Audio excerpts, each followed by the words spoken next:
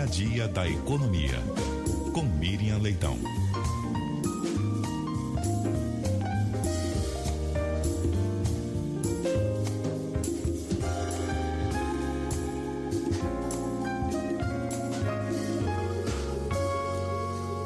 E aí, Miriam?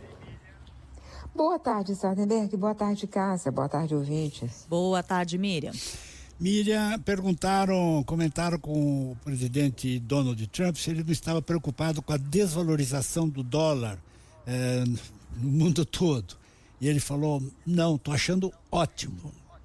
E aí que o dólar desvalorizou mais ainda, Miriam.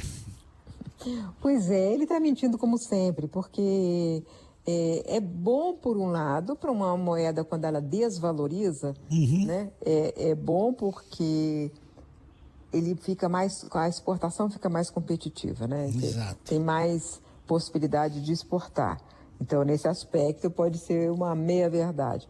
Mas, por outro lado, é muito ruim quando há uma crise de confiança na moeda e nos títulos do seu tesouro. Os Estados Unidos sempre foi considerada a moeda de referência do mundo, o dólar, e a aplicação que é a mais segura de todas. Então, quando tinha uma crise no mundo, tinha o voo para a qualidade, chamado voo para a qualidade, era o dinheiro que ia para os títulos do Tesouro Americano. E aí, agora está vendo o contrário, a saída do dólar, a desconfiança em relação ao título do Tesouro Americano, a desconfiança em relação ao dólar, e isso é muito ruim.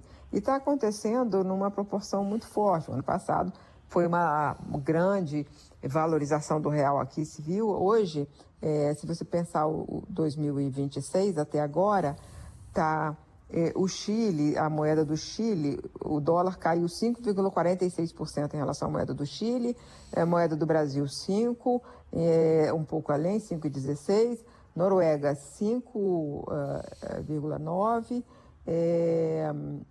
5 mesmo, redondo. Suécia 4,9%, Austrália 4,7%, México 4,3%. Ele está caindo em todas essas moedas, em relação a todas essas moedas. Japão 2,8%, enfim, euro 2,4%, ele vai perdendo valor em relação a todos esses. E a Luciana Casimiro, que trabalha comigo, falou com o Hétero Sanches, da Ativa Investimentos, sobre a desvalorização do dólar, né? E aí ele disse que essa ideia de que é o desejo do Trump, que tem uma contradição, né? Porque isso quer dizer, que isso é que explica tudo o que está acontecendo. Falou que não é isso que explica tudo. O suposto desejo do Trump de beneficiar a balança comercial. Porque ele não explica, segundo ele, assim, explica a saída do dólar, mas não explica a ida para os mercados emergentes. Explicaria só a parte que é alta do ouro e da prata. Então, saía do mercado americano para o ouro e para a prata. Mas para os mercados emergentes, não. Ele acha que isso não explica o inflow. Mas, enfim, é uma situação, Sardenberg, que é uma situação de muita complexidade na economia internacional. E na economia internacional, nas moedas, né, na economia monetária, na política monetária dos países, tudo fica muito mais complicado porque é um tempo novo, um tempo em que há muita desconfiança em relação aos Estados Unidos e em relação, veja só, até a autoridade monetária americana, a independência, a autonomia, e isso nunca foi colocado em questão, nunca se duvidou da autonomia do Fed. E pela primeira vez há essa dúvida por causa da nomeação em pouco tempo do novo presidente do Banco Central americano. É claro que as decisões são colegiadas, mas um presidente do Banco Central que seja dócil à Casa Branca pode causar um grande estrago na reputação do Fed.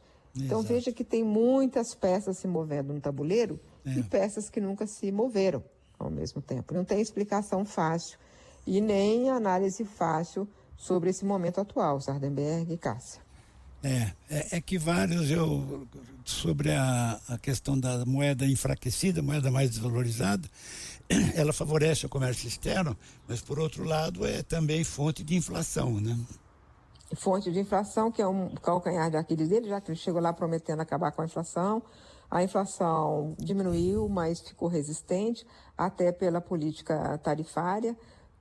A pressão inflacionária, por causa da política dele de botar a tarifa contra tudo, foi muito menor, quer dizer, o efeito na inflação foi muito menor do que se temia, porque em grande parte teve acomodação, teve fornecedores para os Estados Unidos e importadores dos Estados Unidos absorvendo na cadeia, no custo, né, um pouco do custo para não repassar para os preços. Houve também a desistência de algumas tarifas muito altas para os Estados Unidos, recuo do Trump, mas, enfim, pressionou. E também houve, tentando conter a inflação, os juros altos. E juros altos deles lá, no patamar deles, que é fonte de tensão muito grande entre Casa Branca e o Banco Central, o Fed.